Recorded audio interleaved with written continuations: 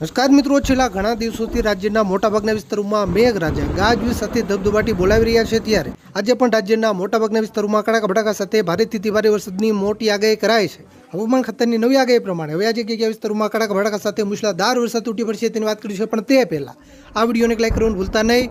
આવી જ રીતે આખું ચોમાસું વરસાદના સમાચાર સૌથી પહેલા જોવા માટે આપણી આ ચેનલને ખાસ સબસ્ક્રાઇબ કરવાનું પણ ભૂલતા નહીં. મિત્રો ખાસ સાંભળજો મિત્રો, પહેલા આપણે ઉત્તર ગુજરાતના વિસ્તારોથી શરૂઆત કરીએ, કારણ કે ઉત્તર ગુજરાતમાં હજુ પણ આગામી 2 દિવસ ગાજવીજ સાથે ભારે વરસાદી માહોલ યથાવત રહેશે.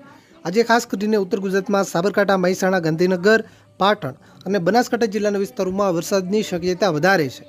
આ વિસ્તારોમાં આજે મધ્યમથી ભારે વરસાદની આગાહી કરાઈ છે. બનાસકાંઠા જિલ્લાના એકલ દોકલ ટૂંકા વિસ્તારોમાં અતિ ભારે વરસાદ પણ પડી શકે. અરવલ્લી જિલ્લામાં પણ આજે વરસાદી માહોલ જોવા મળશે. અરવલ્લી જિલ્લામાં સામાન્યથી મધ્યમ વરસાદ, એકલ દોકલ ટૂંકા વિસ્તારોમાં મધ્યમથી ભારે વરસાદ પણ પડી શકે. મિત્રો કચ્છના વિસ્તારોની વાત કરીએ તો કચ્છના વિસ્તારોમાં ગઈકાલની સરખામણીમાં આજે વરસાદનું જોર થોડું ઘટે તેવી શક્યતા છે. જોકે વરસાદી માહોલ યથાવત રહેશે.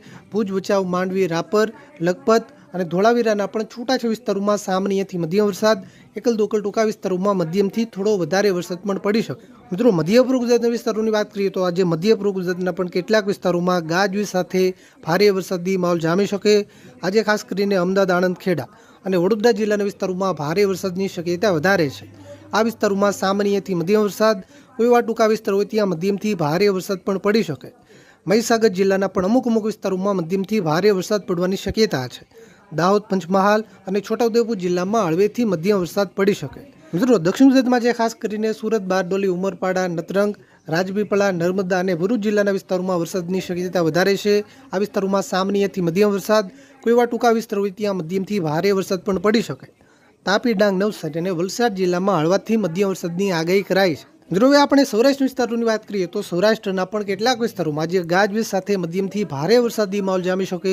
આજે આગાહી પ્રમાણે ખાસ કરીને દેવભૂમિ દ્વારકા, જામનગર, પોરબંદર, મોરબી, રાજકોટ, જૂનાગઢ, ગીર સોમનાથ, અમરેલી અને ભાવનગર જિલ્લાના કેટલાક વિસ્તારોમાં સામાન્યથી મધ્યમ વરસાદ, એકલ દોકલ ટૂંકા વિસ્તારોમાં મધ્યમથી ભારે વરસાદ પણ પડી શકે.